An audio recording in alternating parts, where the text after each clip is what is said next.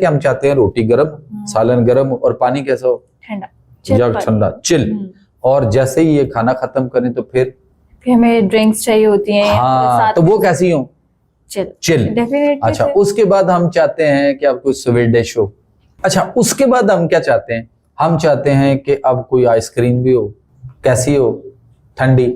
उसके बाद हम क्या चाहते हैं, फिर हम इधर उधर देखते हैं शादी हाल में, वही वहां पे ना वो भी है, ग्रीन टी भी है, ग्रीन टी भी है, या नहीं पिंक टी है। कमाल है यार। अब फटाफट ऐसे करो, फटाफट ग्लास भर लो, ये ना हो के बाद में वो टी भी वहां से खत्म हो जाए।